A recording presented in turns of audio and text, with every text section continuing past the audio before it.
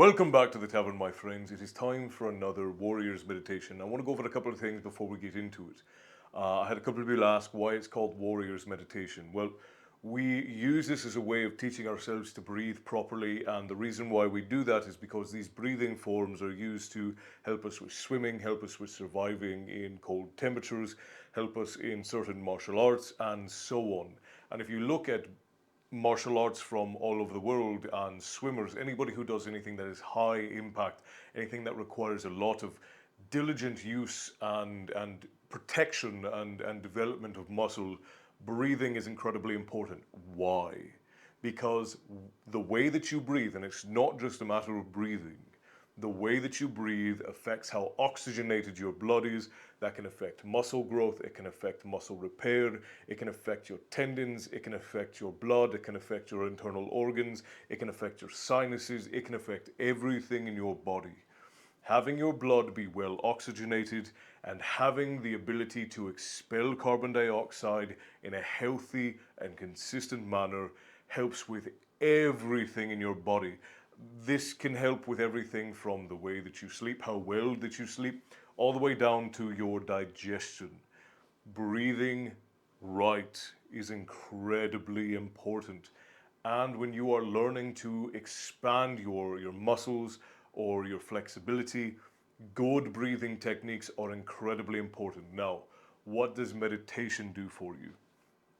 Meditation on its own is a way of sort of finding peace. And I know that sounds hippy dippy, like who the hell cares, right? But when you are able to center your mind and control how you focus, that helps you with work, that helps you with school, that helps you with any manner of things. And any successful martial artist will tell you that the value of meditation is in control of the mind. Most people are not in control of their minds. I myself have had a lot of issues where I've caused damage to my own body, or things that I was born with where I have issues focusing.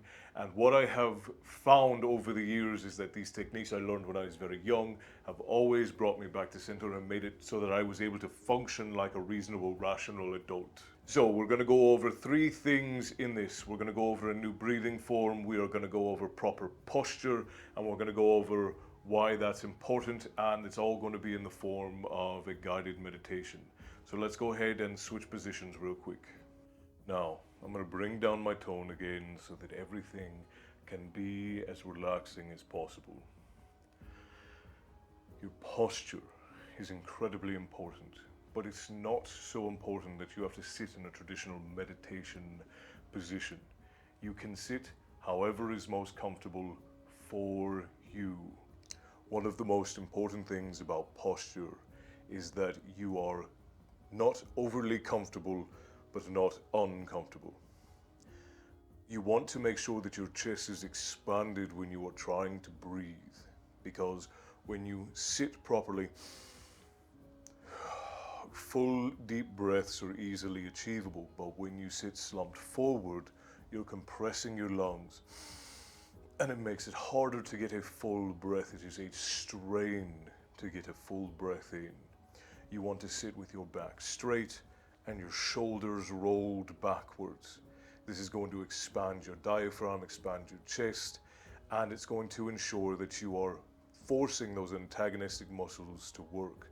Many of us sit with a slouch. We sit slumped over looking at our phones, and that causes the muscles in our back to be overextended, and the muscles in our chest and in the front part of the clavicle and in the lower part of the chest, it causes them to become tight. And what that ends up doing is it ends up affecting blood flow, it affects our ability to breathe. Important thing is that you correct your posture at any point that you can.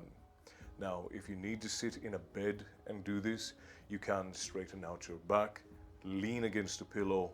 I understand that sitting on a hard floor might not be great. You might not have a workout mat that you can sit on. Whatever you need to do to be comfortable while at the same time maintaining a proper posture, go ahead and do that. So we're going to do a couple of different things today. In the last video, we talked about the long breath, which is all in and out through the nose. Expand the nostrils as much as you can.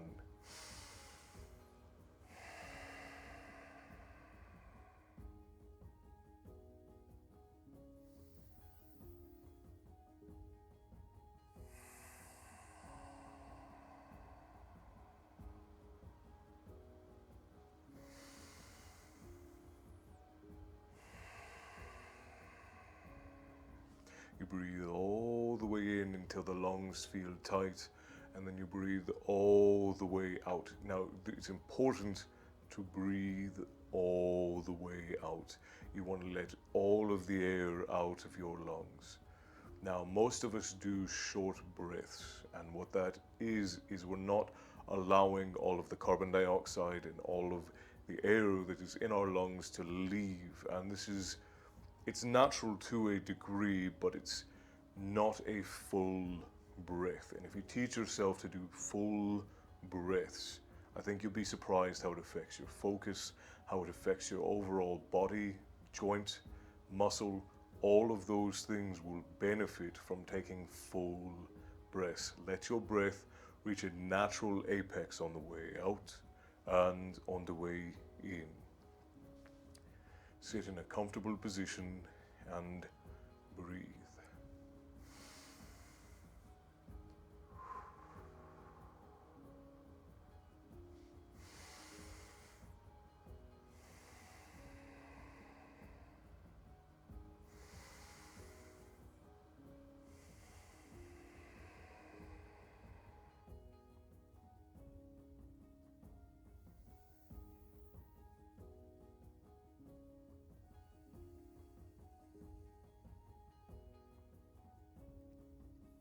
These long breaths should be continuous. No real gaps where you're holding. You just want to breathe in to the natural apex and breathe out to the natural apex. You're going to have to force yourself a little bit on the out breaths because that's going to feel less natural than the way that you normally breathe. What you might also find, what I have found, is that when I do nose breathing, where I expand the nostrils as much as possible, it helps a lot with my sinuses. A lot of us don't really do strenuous breathing through our noses, and it can lead to a weakening of the sinus, of the muscles of the nostril and the muscles that surround the sinuses. It can lead to congestion and inflammation. I have found that this helps me, and again, I don't have a bunch of science to back this up. This is just what my family and I practice and what works for me. But in my experience, it can help. Now, what we're going to do next is we're going to practice out holds. Out holds are what we call catalytic breathing. It's forcing blood into the capillaries, and it is forcing oxygen to be pulled from the farthest reaches of our blood. And what we're doing is we are holding on the out breath for a couple of seconds. So you're going to breathe in as deep as you can until the lungs are nice and tight, and then you are going to breathe out and hold as you reach that natural apex. It's important that you don't force yourself to ensure that there's no air left in your lungs. You just want to breathe out to the natural apex and hold until it feels a little bit uncomfortable.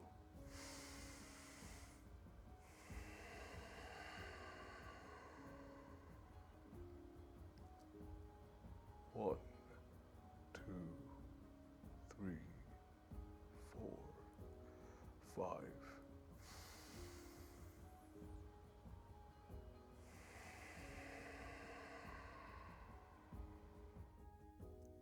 One, two, three, four, five.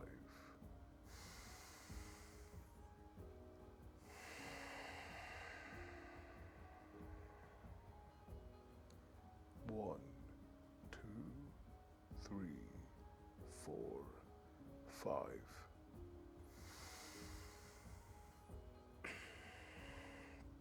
And you want to do that for about 10 minutes during each of your meditation and breathing practices.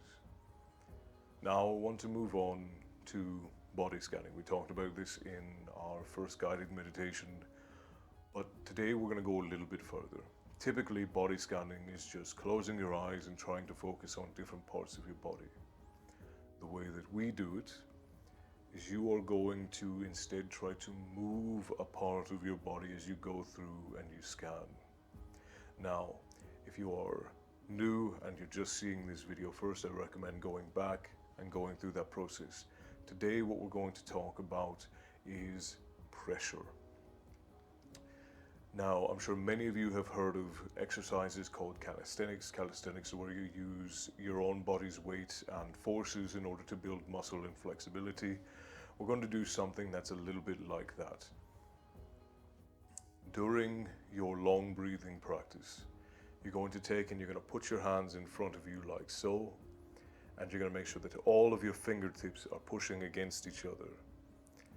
And on each out breath, you're going to push your hands together and not just push at the palm.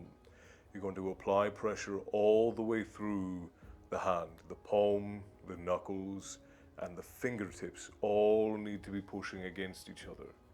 Why is this important? You need to keep your hands centered and you need to push.